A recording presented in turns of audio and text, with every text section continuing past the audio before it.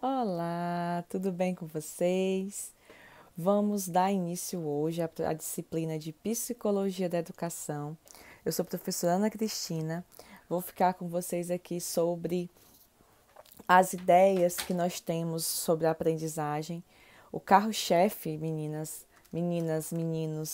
da disciplina é exatamente pensarmos em como nós aprendemos, de que forma nós estamos aprendendo e repassando isso às nossas crianças, aos nossos adolescentes, aos nossos adultos. Então, o foco da disciplina de psicologia da aprendizagem sempre vai ser as formas com as quais nós aprendemos. Como nós combinamos, nós vamos dividir em 4 módulos, certo? A disciplina. E aí a gente vai partir de conceitos iniciais nesse primeiro módulo, que ele vai ser gravado. O segundo módulo nós vamos partir para teorias, né, de como se chegou ao pensamento atual da psicologia da educação. E o terceiro e quarto módulos nós vamos focar diretamente no que se dá a ser a aprendizagem. O que seria a aprendizagem dentro da educação, dentro do processo de ensino? A gente precisa refletir sobre essas questões exatamente porque são pontos que nós precisamos entender para poder agirmos, né, nas nossas escolas, nas nossas salas de aula, principalmente nas relações que nós estabelecemos com os nossos alunos. Esses alunos que já passam, né, já perpassam por situações, porém situações inimagináveis muitas vezes, e que a gente, enquanto adulto da situação, nós, né, enquanto professores, mediadores desse conhecimento, a gente precisa entender como se configura esse saber, de que forma esse saber ele se organiza, ele se estrutura. Essa mediação, gente, ela é tão importante que essa significação do saber, essa significação, esse acompanhamento, né, que nós fazemos desde a educação infantil até o ensino superior, ele vai sendo configurado de acordo com as nossas situações de aprendizagem, de acordo com as nossas condições de pensar, de acordo com os nossos contextos históricos, sociais, sociológicos, culturais. Então, nós, professores, nós precisamos dominar, digamos assim, o saber psicológico para saber de quais as formas, quantas formas, milhares de formas nós temos para intervir e de que até que ponto essa intervenção é válida para as nossas crianças, para os nossos estudantes como um todo. Dessa maneira, a nossa disciplina se estrutura em 4 módulos, como eu havia dito, e esses módulos vão nos conduzindo a reflexões pertinentes a exatamente essa reflexão do papel do professor, né? Esse papel do professor que é tão discutido, que é tão refletido ao longo aí da história da humanidade, né? Desde quando criaram-se as escolas, as reflexões das escolas, como é que se estrutura esse pensamento, essa condição do saber. Nós temos a psicologia como um conhecimento científico, né? Ela é hoje uma ciência, ela é das ciências mais recentes que a história da humanidade aponta, ela tem pelo menos uns 160, 170 anos. E eu pergunto a vocês, vocês já pararam para pensar o que caracteriza um conhecimento científico? De que forma se estrutura um conhecimento científico? O que é ciência? Essa reflexão ela é válida inicialmente para que a gente possa entender que a psicologia ela se dá como ciência exatamente por ela ter um método de pesquisa, exatamente por ela ter um percurso de pesquisa, ela tem uma estrutura, um sistema, um objeto de pesquisa para que isso seja válido. Qual seria o objeto de pesquisa da psicologia? A alma humana. Eita, professora, mas como é que a gente estuda a alma humana? Exatamente, todas as configurações humanas, sentimentos, razões, cultura, comunicação, linguagem, toda essa particularidade da subjetividade humana, gente, ela faz parte da psicologia. Essa psicologia, essa psique, o estudo da psique, o estudo da alma do ser humano, nos aponta como ele pensa, como ele age e, consequentemente, como ele vai aprender. Por isso que esse conceito ele é tão importante para que nós, né, estudantes de pedagogia, estudantes da educação, porque a psicologia da educação está em todas as áreas, possamos entender, gente, que para ser professor, para mediar esse saber, nós precisamos desses conceitos. Esse conceito ele é primordial para entendermos as valorizações, as constituições e principalmente a organização do saber.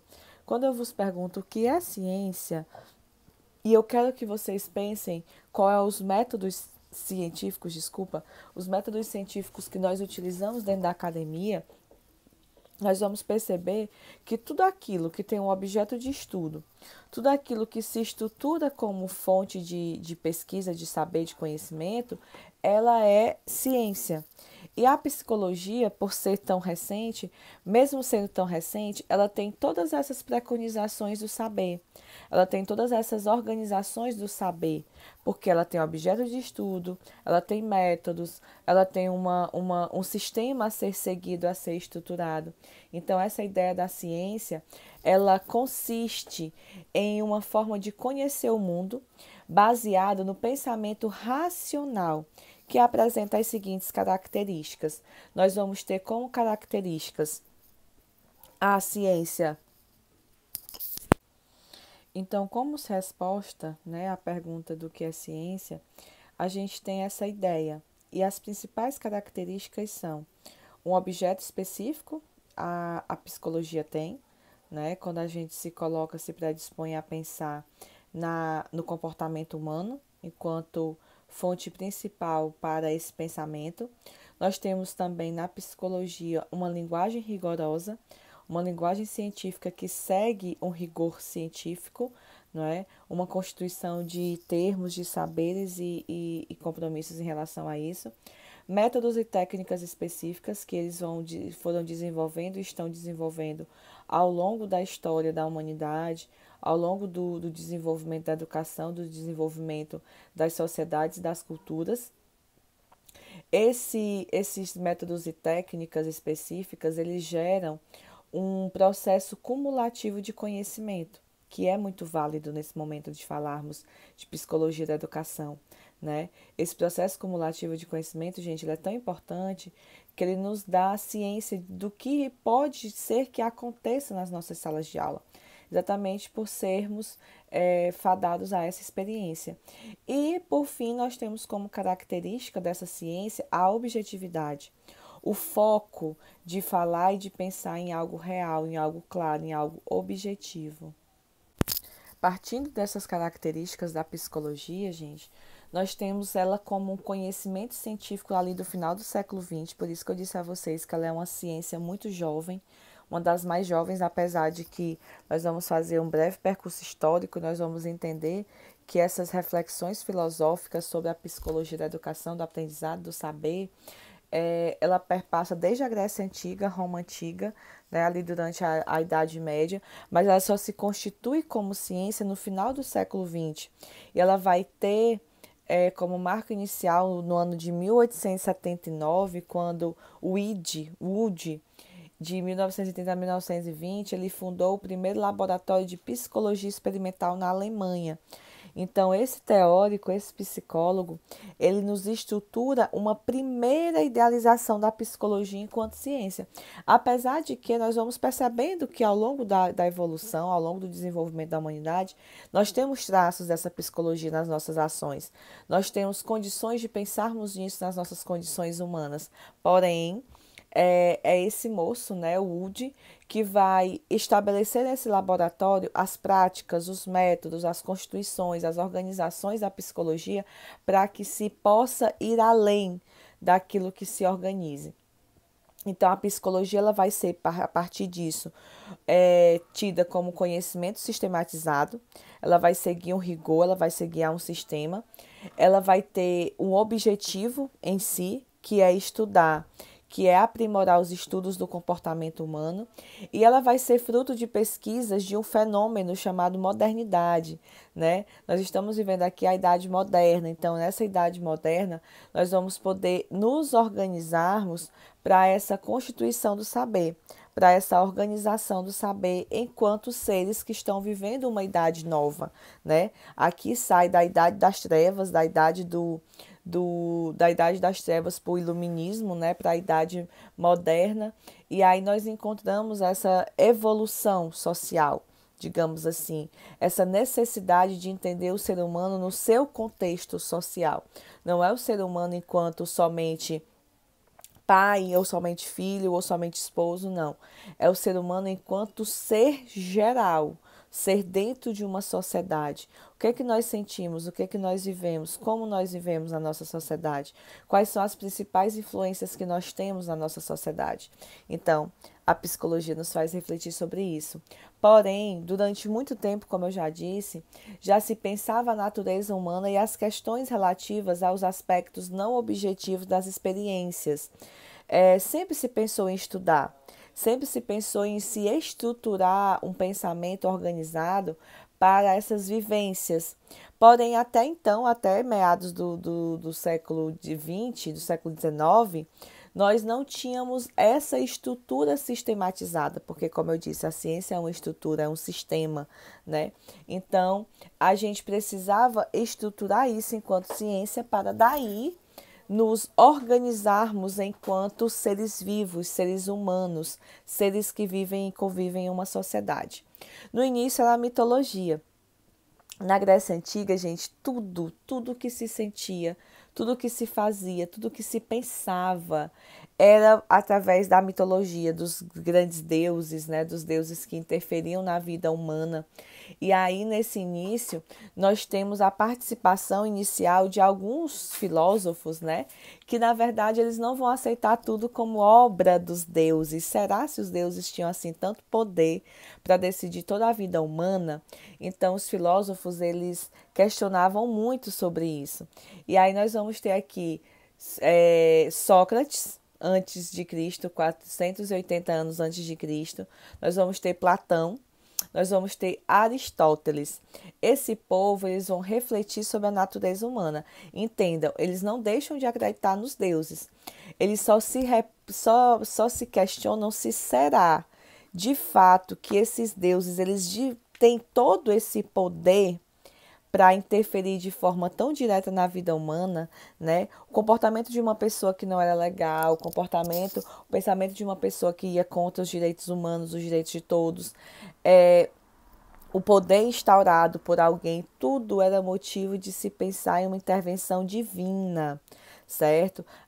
Fora a chuva, o sol, né, a natureza, tudo era uma intervenção divina. E para os gregos, né, para os gregos e os romanos, não havia somente um Deus, né? Existia um Deus que gerenciava todos os deuses, que era Zeus. Zeus, ele gerenciava todos os deuses porque ele era o Deus do trovão, então ele tinha o maior poder, ele ficava nos céus. Mas tinham vários outros deuses que gerenciavam a chuva, as relações humanas, as paixões, as guerras, a natureza, enfim. Para cada instituição, para cada entidade vivida pelos humanos, nós tínhamos, na Grécia Antiga, um Deus responsável por isso. Mas os filósofos, como vocês já devem ter visto na filosofia da educação, a função deles é exatamente refutar, questionar, não aceitar que toda essa vida humana ela é predisposta pela vontade dos deuses.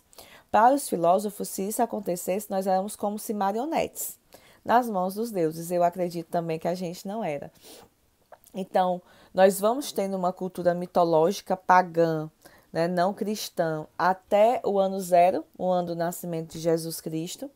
E no Império Romano, já ali do ano zero até o ano de 479, que é quando Constantino ele faz o Concílio de Constantinopla e ele torna os cristãos a religião católica como a religião do Império Romano, o cristianismo ele vai avançar começa um processo de extensão pela Europa e guia a visão de homem e de mundo partindo dos princípios do cristianismo, né? Então a gente deixa de ter uma cultura mais voltada para até então o judaísmo. Nós temos os judeus que prevalecem nisso e os pagãos e os que acreditavam em vários deuses.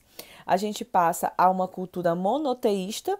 A Grécia Antiga era politeísta, a gente passa a uma cultura monoteísta, mas passa a uma nova configuração de sociedade, porque nós tínhamos aqui uma visão ainda muito comunitária, uma visão muito ainda estrutural em relação às primeiras comunidades, e essa igreja que avança pela Europa, ela avança em nome de uma guerra. Ela quer poder, ela quer territórios, ela quer castelos, ela quer os reis, os absolutos, né, os escolhidos de Deus, segundo a igreja. Então, nessa invasão, nessa constituição de saberes que a igreja comanda a partir da Idade Média, nós temos aí papéis como a Santa Inquisição, nós vamos ter papéis como a morte de muitas bruxas, a morte das pessoas que não concordavam com o que a igreja dizia, além das grandes cruzadas, que eram grandes guerras, né, defendendo o poder do Vaticano. Enfim, nós temos nesse período medieval, que é o período da Idade Média, que vai desde o ano de 479 até meados do século XVI, século XVII, quando encerra a Idade Média. A Idade Média foi a idade histórica que mais durou na história da humanidade. Ela é a Idade da Média e também chamada Idade das Trevas, porque, segundo alguns teóricos históricos, não houve desenvolvimento humano, não houve desenvolvimento político nem econômico. Tenho cá minhas dúvidas, porque a igreja, apesar da sua falta de visão no futuro, né, ela empreende em bibliotecas, em universidades, em bancos, em hospitais, né? Então a gente não tem somente escuridão na Idade Média, a gente também tem um pouquinho de luz. Tudo isso que a gente formula em relação ao saber vem dessa idade. E nós também temos grandes teóricos que se pautam na mitologia grega, que se pautam, né, nos filósofos gregos, que a gente tem uma ideia meio que psicológica desse mundo, porém voltado ainda para um conhecimento religioso, né, para um conhecimento dos filósofos da época, que é Santo Agostinho e São Tomás de Aquino. São dois filósofos, doutores da igreja, que se posicionam a favor do saber. Porém, esse saber ainda não era para todos, né? Era para os homens ricos, brancos e aristocratas. Então, pobre. Nessa época que a gente não via tanto negro na Europa, né? Mas se existisse, eles também não existiriam. Então, a gente vai ter uma visão aqui para homens brancos, ricos, aristocratas geralmente, e que vão mandar de alguma forma na sociedade, vão gerenciar de alguma forma essa sociedade, né? Então, esse saber ainda não é para todo mundo, esse saber é bem restrito à Igreja Católica. E aí, nessa possibilidade, né, que nós temos, que nós falamos de Santo Agostinho e São Tomás de Aquino, a gente percebe que há uma ligação com o antigo, né, com a vida antiga da Grécia. E aí nós temos a ideia de Agostinho, né, ele nasce ali entre 354 e morre em 430. Ele vai se inspirar em Platão e vai fazer a distinção entre o corpo e a alma. Nós somos duas entidades, duas instituições. Nós temos o corpo que precisa ser cuidado, nós temos a alma que precisa ser cuidada. Para Agostinho, a alma era a prova da manifestação divina no homem e também era a sede do pensamento. Era, na verdade, a alma que devia pensar, que estruturava esse pensamento, esse pensar, não é? E era ela que manifestava no ser humano, na sua condição humana, o fazer e o saber de Deus, né? Logicamente, nós vamos falar de dois padres. Então, eles vão utilizar o saber filosófico exatamente para explicar Deus, já que muitos usam o saber filosófico para explicar a inexistência de Deus. E aí, com São Tomás de Aquino, também doutor da igreja, também um grande nome da Igreja Católica, né, nessa organização do saber, ele busca Santo Agostinho, ele vai pela linha do pensamento de Platão. E São Tomás de Aquino, ele vai pela linha de pensamento de Aristóteles, né? Ele vai buscar em Aristóteles a distinção entre a essência e a existência.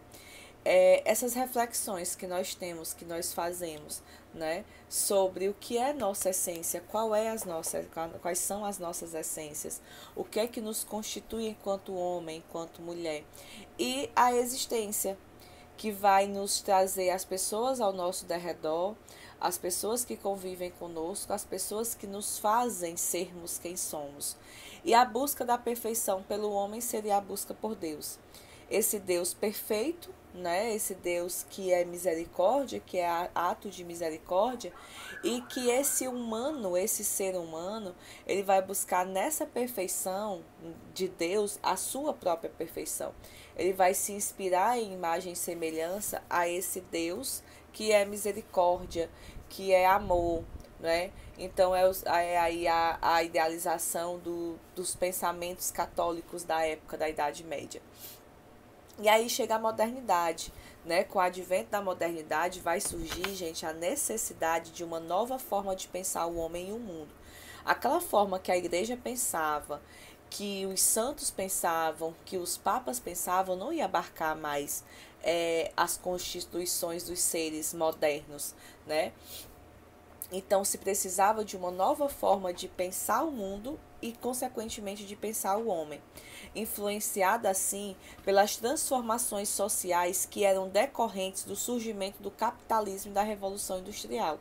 A igreja, ela governa, ela impera durante toda a Idade Média, quase 16 séculos de poderio católico, né?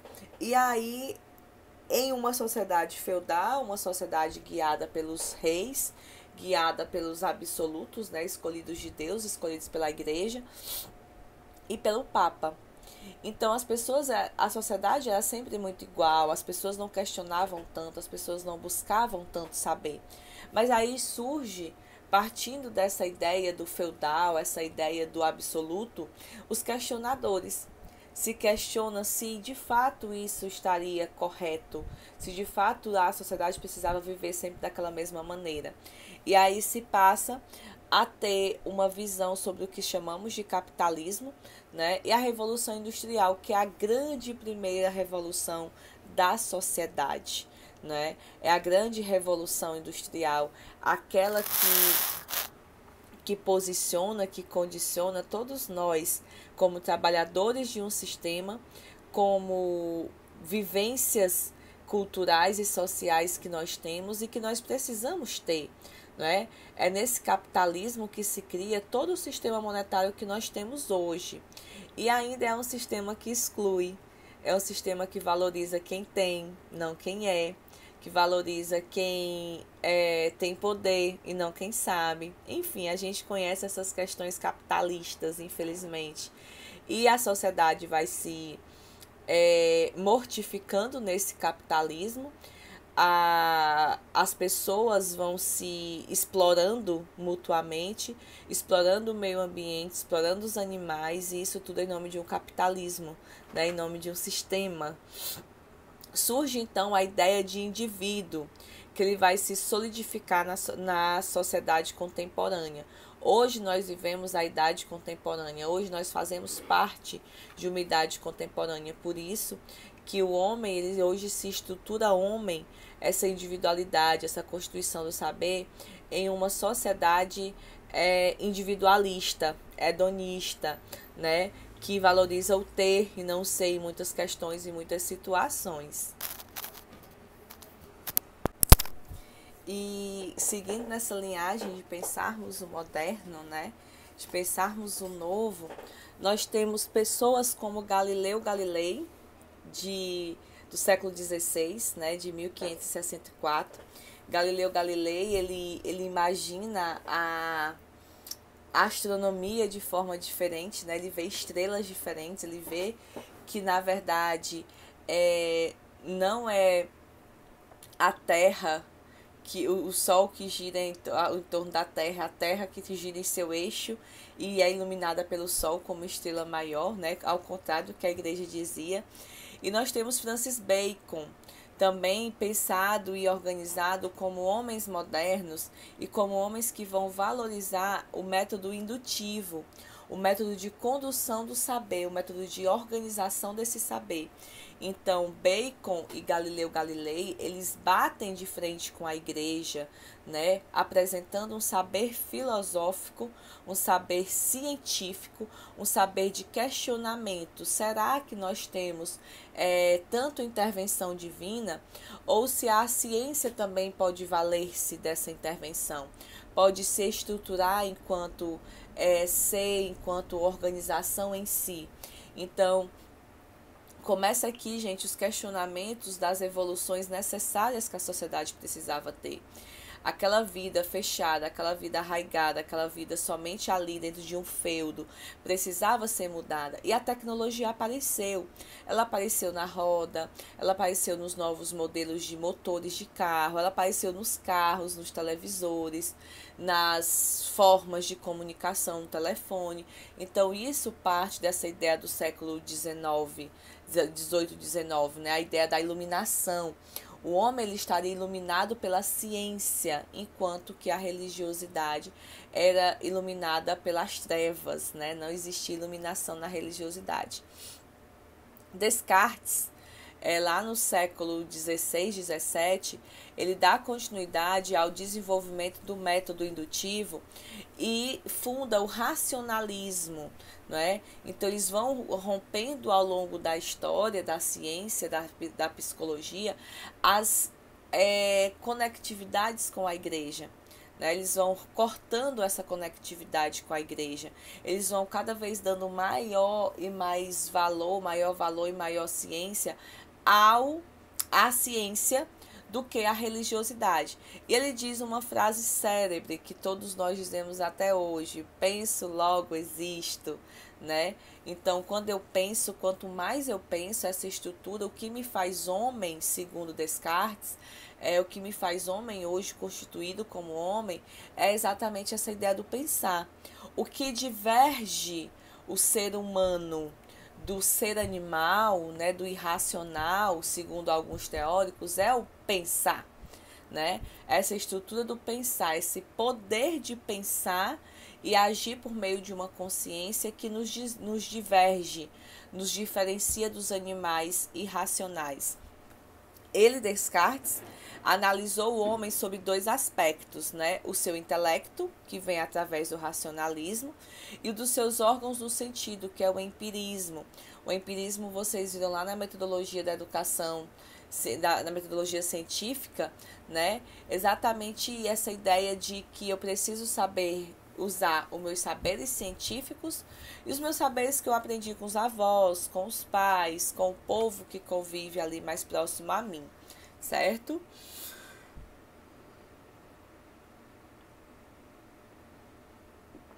Temos o próximo teórico, Kant, Immanuel Kant, que vai viver ali entre o século XVIII e XIX, e ele inaugura a relação entre o sujeito e o objeto, né? Quais são as minhas interferências, os meus desejos em um objeto? De que forma eu diferencio um objeto de outro objeto? Qual é a função desse objeto e qual a função desse objeto? Então, essa racionalidade humana é estruturada por Kant e nos aponta também esse fazer pensar, esse fazer refletir-se, né? Para ele, a percepção do objeto pelo sujeito se dá no momento em que a experiência se dá. No momento que eu uso para beber água, no momento que eu uso para escrever, no momento que eu uso para tirar fotos, eu estou sabendo e estou utilizando tais objetos por meio de uma experiência. E é isso que Kant coloca, e a gente pode pensar em relação à educação. Não é? Essa educação que vigora nas nossas escolas é uma educação pela experiência, ou uma educação tão somente voltada para a teoria, não temos prática na nossa educação, quase nenhuma prática, né? Quase nenhuma vivência. A partir desse raciocínio surgem duas correntes filosóficas, partindo do pensamento de Kant. Nós temos o idealismo e nós temos o positivismo, que eles vão diferenciar exatamente o conhecimento entre intelectual e o sensitivo. Na verdade, o idealismo ele não tem tanta força a partir disso como tem o positivismo, né? Nós vamos ter aqui em Kant e em Comte duas situações e teóricos que levam muito a fundo essa teorização da condição humana através do positivismo. Se tudo aqui já falava da religiosidade católica, aqui através do positivismo nós não vamos ter literalmente uma predileção pela ciência, única e exclusivamente a ciência. A ciência ela vai ser um Deus, a ciência vai se estruturar como um Deus, os santos sacerdotes serão os teóricos. Então, toda essa organização científica para Immanuel Kant, ele vai se dar através do positivismo, o positivismo aí gerenciando as nossas vidas. E nós cá no Brasil temos uma influência até bem forte desse positivismo nas nossas vidas, a partir da nossa bandeira nacional, né? A bandeira que diz ordem e progresso. É uma visão positivista, né, que nos pede, que nos estrutura enquanto seres que desenvolvem e só atingem o desenvolvimento através da ordem, e essa ordem depois a gente vai entender que pode ser uma ordem militar, pode ser uma ordem que não se alinhe de fato diretamente a uma educação libertadora, certo? E aí, o idealismo é uma corrente filosófica em que o mundo material, objetivo, exterior só pode ser compreendido partindo da sua verdade espiritual, mental ou objetiva. A gente tem aqui o Rawls, né? Essa ideia do sentir, e Valon vem dizer agora recentemente para a gente também que o sentir faz parte das nossas vidas, o sentir faz parte da nossa vivência estrutural, né? Assim como o positivismo ele é o contrário. O positivismo a gente só precisa pensar, a gente não precisa sentir. É o sistema que propõe ordenar as ciências experienciais, dando-nos as considerações como modelo a ideia do conhecimento humano por si só, em detrimento das especulações metafísicas ou teológicas. O contismo nos garante uma doutrina que vai ser caracterizada exclusivamente pelo cientificismo, né? Metodologia quantitativa e hostilizada diante do idealismo. O idealismo fica no campo das ideias religiosas, no campo das ideias do sentir, do amar, do fazer, do viver. Enquanto que o positivismo ele vai ser algo mesmo mais tradicional, voltado à cultura do corpo e não da mente, a cultura do saber fazer e não do sentir, e a ideia de que tudo que é ideal, que é sonho, que é onírico, que é religioso, não presta. A gente tem que pensar somente na ciência, não é? É o pensamento mais próximo desse positivismo. Então, a gente tem nesses eixos epistemológicos, o positivismo, o idealismo, correntes filosóficas, teóricas da psicologia que nós vamos estudar. Nós precisamos pensar de como essas correntes se fixam e de como essas correntes influenciam nas nossas vidas, né? Na nossa vida corriqueira. Partindo assim, a gente vai meio que mesclar a fundamentação filosófica, né, da filosofia da educação, como a psicologia enquanto ciência, enfatizando as características tanto da psicologia como da filosofia no mundo moderno, né, no mundo em que se antecedeu a nós, a nossa sociedade de hoje. Para Buch, a modernidade ela vai se caracterizar de duas formas. Ela vai ser uma crença no conhecimento científico como compreensão toda do homem, mas aqui a gente está fadado a um erro, a um processo que nem somente essa verdade pode ser apreendida pelo homem, tanto quanto a concepção da compreensão, da estruturação desse saber. E a crença na existência da intimidade, né, do conjunto de experiências individuais, particulares, privadas, que exatamente dá a ideia ao conceito de subjetividade. O que é subjetivo, minha gente? Trabalha com as nossas características mais individuais. O que eu tenho, que é só da Ana? O que vocês têm, que é só de vocês, certo? Que ninguém toma, porque vocês não possibilitam isso, entenderam? Então, nós temos essa compreensão, essa visão de subjetividade, de organização de si, de vivência em si, que a gente tem essa compreensão de quem nós somos e principalmente a compreensão do outro, né? De como eu entendo o outro, de como eu estou vendo, vivenciando o outro. E para isso a gente tem a noção e o sentimento de que os eus, os nossos íntimos, são construções modernas, são construções que precisam ser entendidas de forma moderna. A psicologia, ela também está em construção, decorrente dos novos tempos. Vivemos aqui uma crise humanitária chamada Covid-19, né? Pandemia da Covid-19, que alastrou muitas pragas na humanidade, além da própria Covid, como a depressão, a ansiedade, o pânico. Nós temos essas más experiências desde o ano passado, né? Então, os processos psicológicos, eles estão aflorados. Todo dia é uma ideia de suicídio maior, é uma ideia de feminicídio, ou de conflitos internos dentro de uma casa, de violência, né, de casa. Então, dessa forma, dessa maneira, a gente precisa estruturar as nossas formas de viver. Enquanto a psicologia como um entendimento maior. E aí a Mafalda diz em um certo momento, né? Penso, logo incomodo mesmo. E a Mafalda pensa e incomoda demais, né? Porque ela vem bater de frente a um sistema que exclui, a um sistema que nem todos têm vez e voz, a um sistema que a gente precisa ter poder para poder opinar. E a Mafalda, ela sabe exatamente como fazer isso, pensar nisso em relação aos incômodos que ela causa, exatamente porque ela nos leva a pensar, ela nos leva a refletir.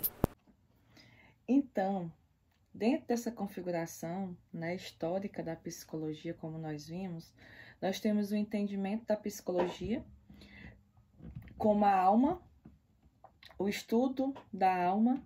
Enquanto ciência, ela vai estudar o comportamento e os processos mentais dos seres humanos, certo?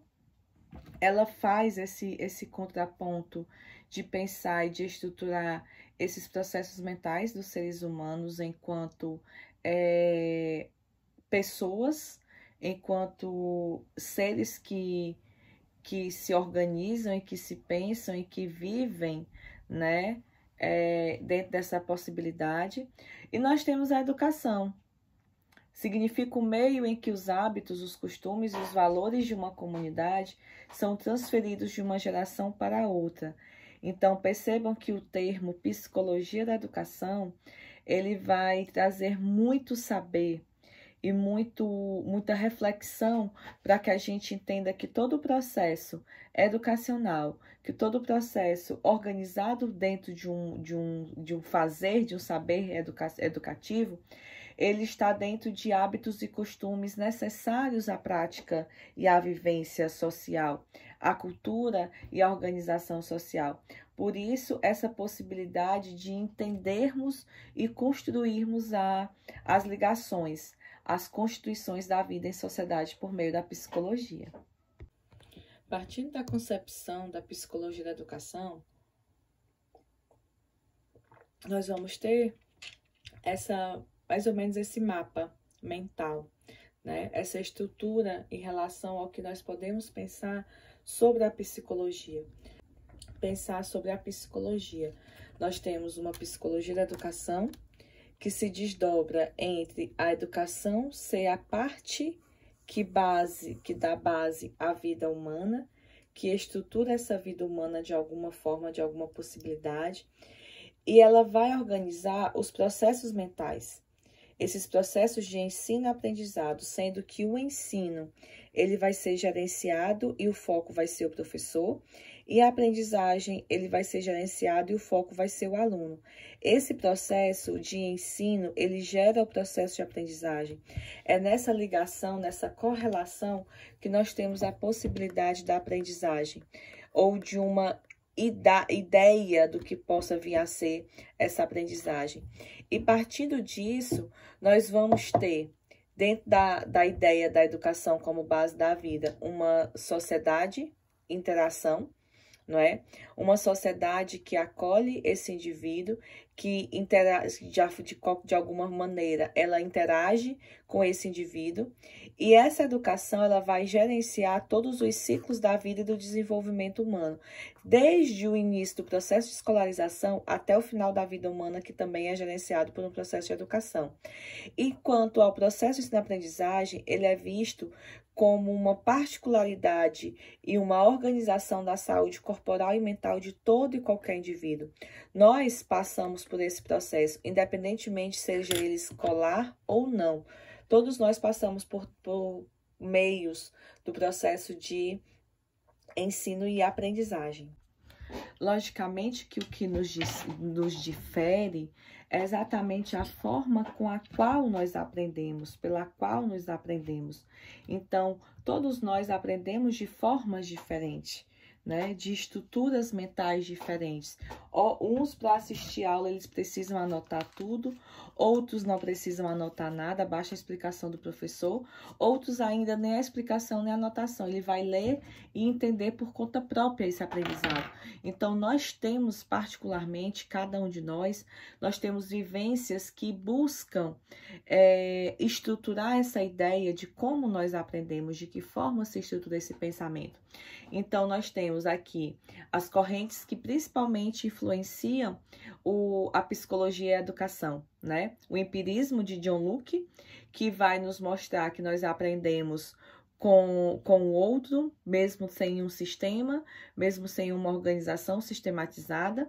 O apriorismo de Immanuel Kant, que vai nos mostrar o idealismo sobre as questões religiosas e de explicação da humanidade. E o interacionismo de Piaget e de Vygotsky, né? Esses últimos, eles ainda vigoram muito porque nos apontam, de fato, um entendimento muito cabível do que seriam todas as possibilidades, porque ele junta todas as teorias e nos mostra que toda a relação humana, toda a relação do ser humano, ela se dá diretamente através das suas interações, da sua comunicação. Por isso que a ideia mais vinculada, mais apresentada hoje na psicologia da educação é o interacionismo de Piaget e de Vygotsky. Então, inicialmente, né, nós pensamos essa questão psicológica ao longo da história da humanidade. A psicologia ela vai ter as suas origens na compreensão, na ideia de compreender a dimensão humana e o funcionamento da mente humana. São particularidades que somente nós seres humanos temos. Compreender como se estabelece, como se organizam os mecanismos que estão na base dos processos mentais. Esses mecanismos eles estão arraigados constantemente aos processos da mente que se interligam, que se organizam para si.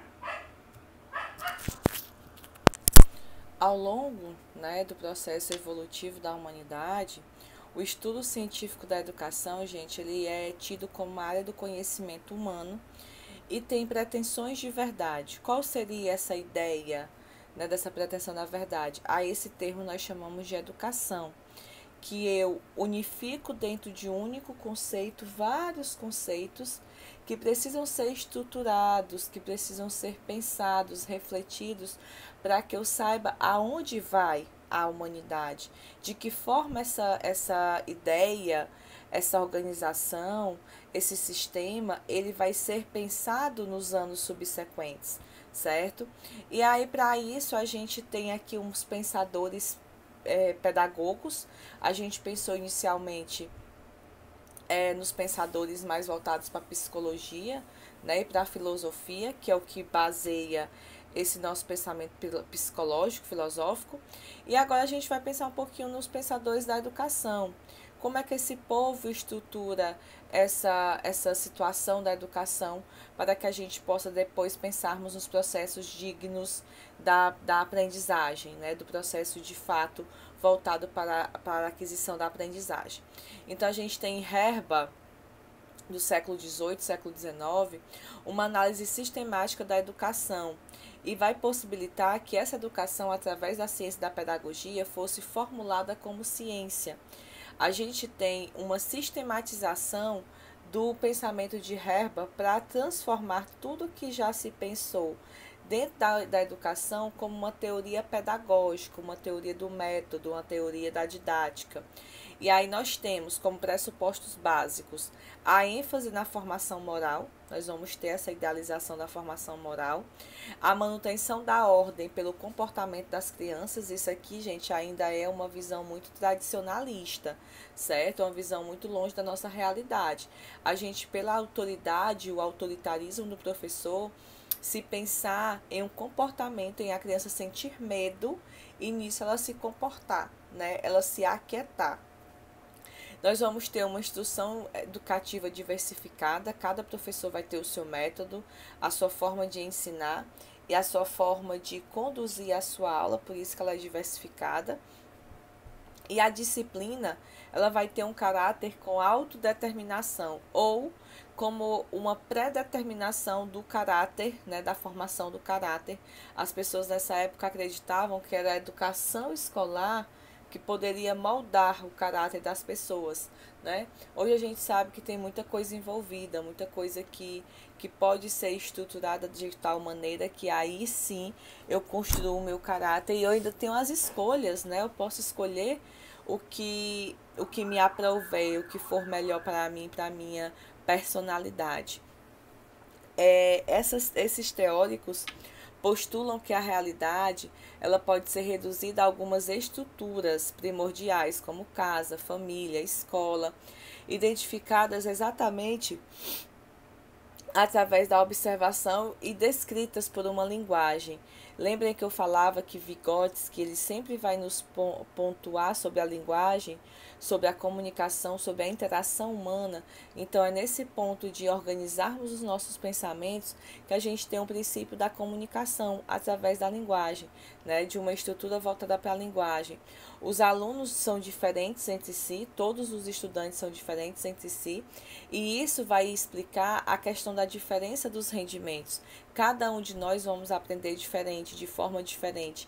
Então, por isso que o currículo, por isso que os PPPs, por isso que as escolas elas precisam estar preparadas para trabalhar com muitos públicos, né? Com vários tipos de pessoas, com vários tipos de pensamento e principalmente vários tipos de cultura, vários tipos de forma de ver, de pensar e de existir. Pois bem, aqui a gente vai pensar um pouquinho nas definições da psicologia da educação. Como seria, né, essas definições iniciais da psicologia da educação, algo tão novo? A educação era uma ideia nova. A psicologia é algo ainda mais novo. Como é que se estrutura esses dois pensamentos? A gente tem de imediato o pensamento de Tordick. Ele diz que a finalidade da psicologia da educação vai ser oferecer o conhecimento da natureza humana aos estudiosos da teoria da educação. Olha que bacana, né?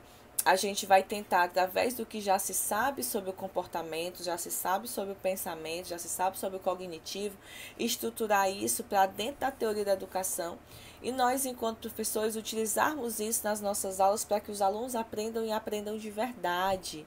Pode ser essa a grande falta. Eu não entender o ser humano que está à minha frente e nisso eu não consegui educá-lo, eu não consegui mediar o meu conhecimento para que ele também tenha o seu conhecimento. Para Jude, a finalidade da psicologia da educação é colocar os professores a par do estudo científico do desenvolvimento mental. Não é? A gente sempre vai ter esse meio mental, esse meio individual, esse meio cognitivo para pensar dentro da psicologia da educação. Essa constituição do saber enquanto organização do desenvolvimento humano, né? Gordon diz que a psicologia da educação ela vai ser a aplicação dos métodos e dos fatos conhecidos da psicologia que surge diante da educação, que surge dentro de um procedimento pedagógico, de um procedimento didático. Enfim, nós temos aqui vários pensamentos que nos orientam e divergem para isso, para o estudo do comportamento humano, através da psicologia, para uma execução, para uma prática pedagógica. Nós precisamos desse conhecimento para que nós possamos estruturar a nossa prática pedagógica, estruturar o nosso fazer pedagógico baseado nas necessidades dos nossos alunos, não somente na constituição do que eu acho que deva ser uma escola, mas sim para que eu possa intervir diretamente no saber e nas condições de pensamento dos meus alunos. Portanto, psicologia da educação ela se concentra no estudo psicológico das dificuldades do cotidiano da educação. O seu domínio é constituído pela análise de todos os processos que envolvem a realidade educacional. Pensem em todos os processos. Pensaram? É exatamente esse o foco da educação. Esse é o foco da psicologia da educação. São vários, são inúmeros, são muitos. E a deles nos cabe o pensamento, a reflexão e principalmente, gente, a intervenção. Nós, enquanto professores, nós, enquanto pedagogos, nós precisamos pensar exatamente nisso, na intervenção. Como é que eu vejo uma dificuldade, como é que eu vejo uma negligência, como é que eu vejo uma necessidade dos meus alunos e eu fico calada, não é?